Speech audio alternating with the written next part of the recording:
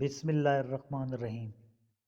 رسول اللہ صلی اللہ علیہ وآلہ وسلم نے فرمایا، جس نے کسی مومن سے دنیا کی تکلیفوں میں سے کوئی تکلیف دور کی، اللہ اس کے آخرت کی تکلیفوں میں سے کوئی تکلیف دور کرے گا، اور جس نے کسی مسلمان کی پردہ پوشی کی تو اللہ دنیا و آخرت میں اس کی پردہ پوشی فرمائے گا۔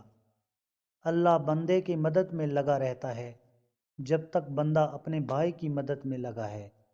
سنن ترمذی، حدیث نمبر 1425۔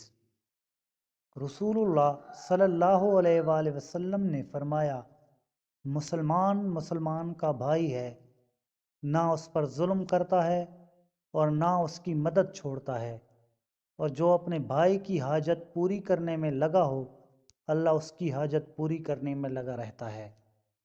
جو اپنے کسی مسلمان کی پریشانی دور کرتا ہے، اللہ اس کی وجہ سے اس سے قیامت کی پریشانیوں میں سے کوئی پریشانی دور کرے گا، اور جو کسی مسلمان کے عیب پر پردہ ڈالے گا، اللہ قیامت کے دن اس کے عیب پر پردہ ڈالے گا۔ امام ترمذی کہتے ہیں، یہ حدیث حسن صحیح غریب ہے۔ سنن ترمذی، حدیث نمبر 1426۔